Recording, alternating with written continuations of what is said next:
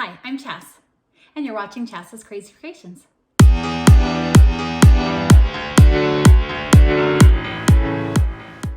For this project, you're gonna need hangers, and I'll be using the colors red, white, and blue, but you can use any color you choose. I'm gonna start by protecting my surface. Now this first step, I wouldn't need to, but it just makes for a little bit easier cleanup. Next, I'm gonna start with the blue hanger. Next, I need to make the formation of the hangers. So I'm gonna start by putting the centers together.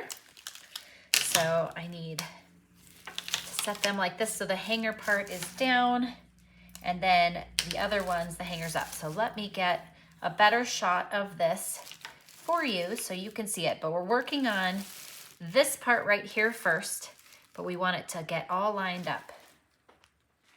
So here's a quick look at the shape, and we're gonna focus on this part right here. So I purchased these little silicone tips from the dollar store, and it comes 3 in a pack. And sometimes when you're working with hot glue, it's nice to just have something so you don't burn yourself. So for this project, I'm gonna be using my hot glue gun that is pretty heavy duty. You can use a lot of different things, but in general, this is kind of one of the best ways to get started with this project. It just keeps the base formation together, and then you can add a more permanent adhesive depending upon where you're going to be putting it. Now, if it's going to go inside, you can stop here.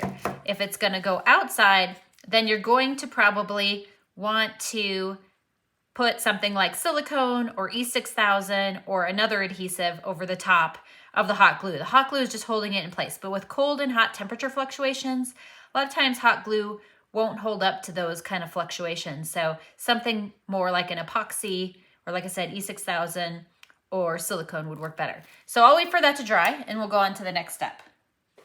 So while that's drying, I'm gonna go ahead and glue these parts right here together so that I've got a nice solid connection here on the sides.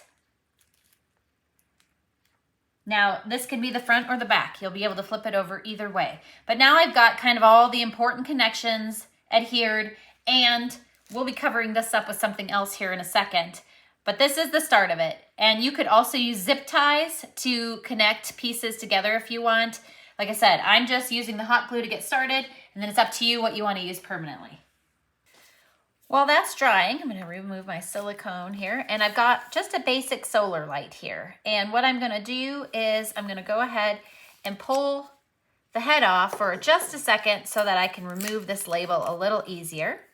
So I'm gonna take the label off, and it came off pretty clean. Then I'm gonna place it back on. Next, I wanna open it, and I need to turn it on. So you need to remove the yellow tag so that it will work when it's outside. Now you can use any solar light you want, but I'm using these ones because they match the hangers. Now you can mix and match anything you want. And then the next thing we wanna watch is that if you buy the same kind of solar lights down the road, you'll be able to twist this off and replace this. Otherwise, you're gonna be stuck when this dies, basically giving it up or tearing it apart. So careful when picking out that you have tops that can mix and match. Then we're gonna take the stake out and we're gonna turn it around so that the stake is in like this. So now we've got the whole solar light put together, and we're gonna set that aside for one moment. Next, let's talk about decorating. Now you can leave these plain and as is. You can also use glow-in-the-dark paint, and I'm a big fan of this Folk Art Glow Green that I have different colors.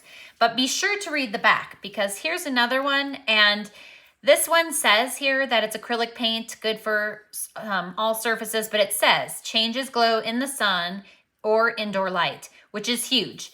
This one says you have to use it with black light. So when choosing out your glow in the dark, make sure you pick one that is good without the black light. Okay, so the other options would be to get little things that you could stick onto the hangers. You can use little flowers. You can do little beads along the edges, or you can buy these little peel and stick ones and decorate. So stickers, again, it depends upon where you're putting them too, if you want to decorate them or not. So mine are gonna be outside, so I might not opt to use these because I don't know that they're gonna stay very well outside. Next, I placed my solar light in the middle. Now I could hot glue this into place, which is one option, and I'll probably reinforce it at the top. But I'm a big fan of fishing line because with fishing line you can work with it and it helps hold things solid. It doesn't always make things permanent. So I'm first going to start by fishing the line underneath the hangers, like so. And then I'm going to place this where I want it to be. I'm going to go ahead and tie this into place. So I ended up using 2 spots right here between this part and then right through the center to get this just to hold solid. That way I can change it in and out, or I can take the top and change that in and out. Now I'm also going to take this fishing line and reinforce a lot of the other pieces that are holding together just to make sure it's solid. Then lastly, I need to decide how I'm going to hang it. So I can go across here so it hangs vertically. I could hang it from one of these edges here so it hangs more diagonally. But it's really up to you which way you want them to hang. This butterfly is all done. So now I'm going to assemble the other 2.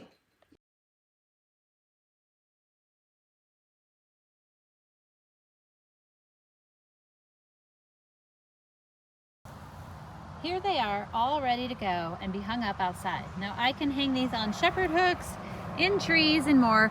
They just need enough light so that they can track the sun to make the solar light turn on. The tough part is deciding where you want to hang them. On your garden, in the trees, on shepherd hooks. Where do you need something in your yard? This is another spot in our front yard where it's a little bland. So I've added a command hook here. And then all I do is hang the butterfly onto the hook and it looks more beautiful on this brick. I hope this inspires you to make some hanger solar light butterflies of your own.